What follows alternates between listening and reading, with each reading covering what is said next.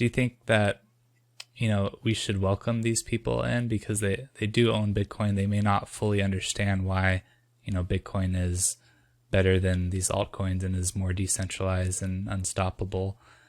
How can we welcome them in and not, be shut them out like that? Because I want to grow the movement, and that a lot of these people do own Bitcoin.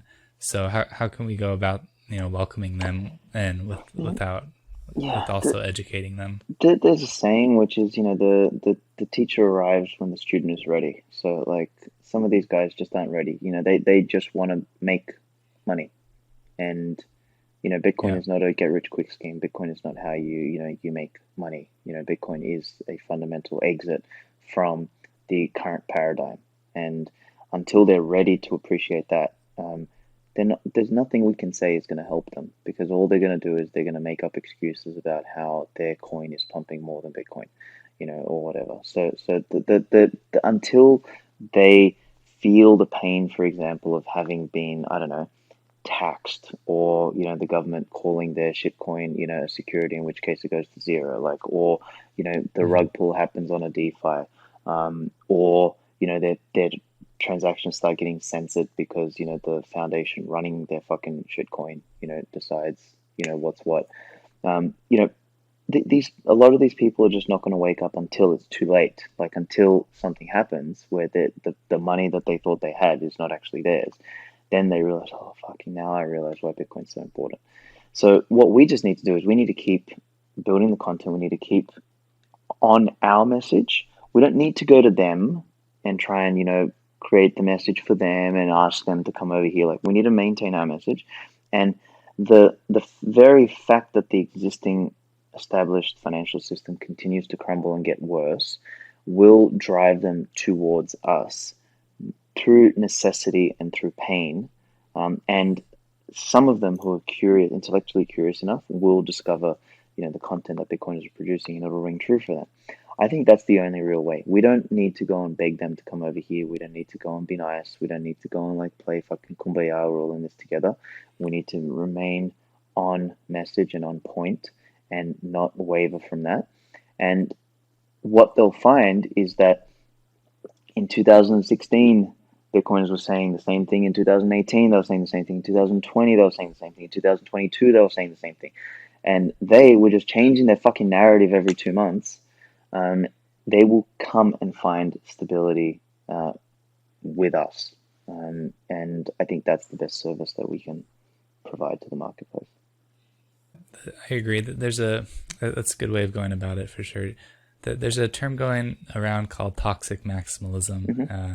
What do you think about that? Do you think there's a point when people are in the Bitcoin movement are too shut out to everybody else and attacking everybody else? Do you think that there's a point where it's too far that way? Yeah, sometimes. I mean, look, the thing is, I understand why it happens, because, like, the same dumb arguments from lemmings just keep coming up. Like, it's just, like, one idiot will say, oh, yeah, Bitcoin's not decentralized because it's China.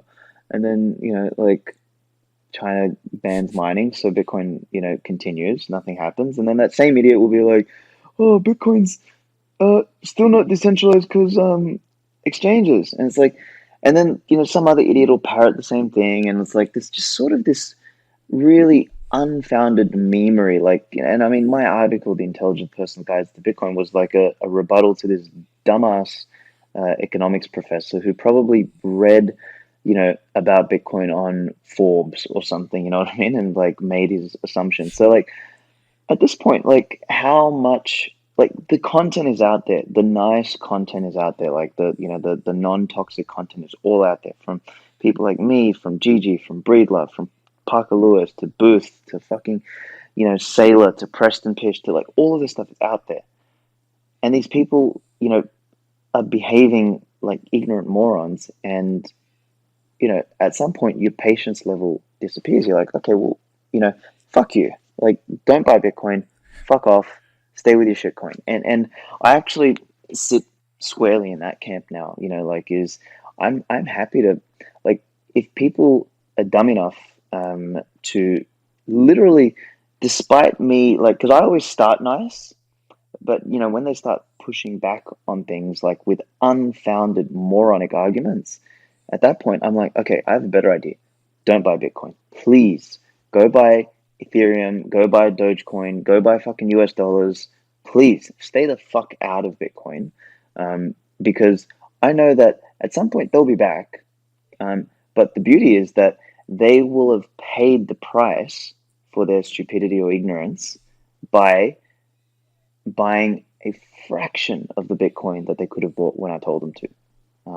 And that's the reality of the economic consequence. And in many ways, I think that toxicity has a real benefit, because what it does is it encourages people who really, really, really get Bitcoin to continue accumulating Bitcoin.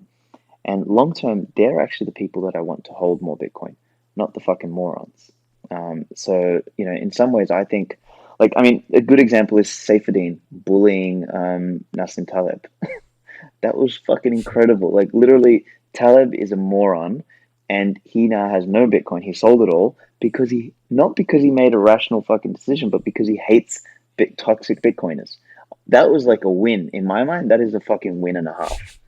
Like, that means Yeah.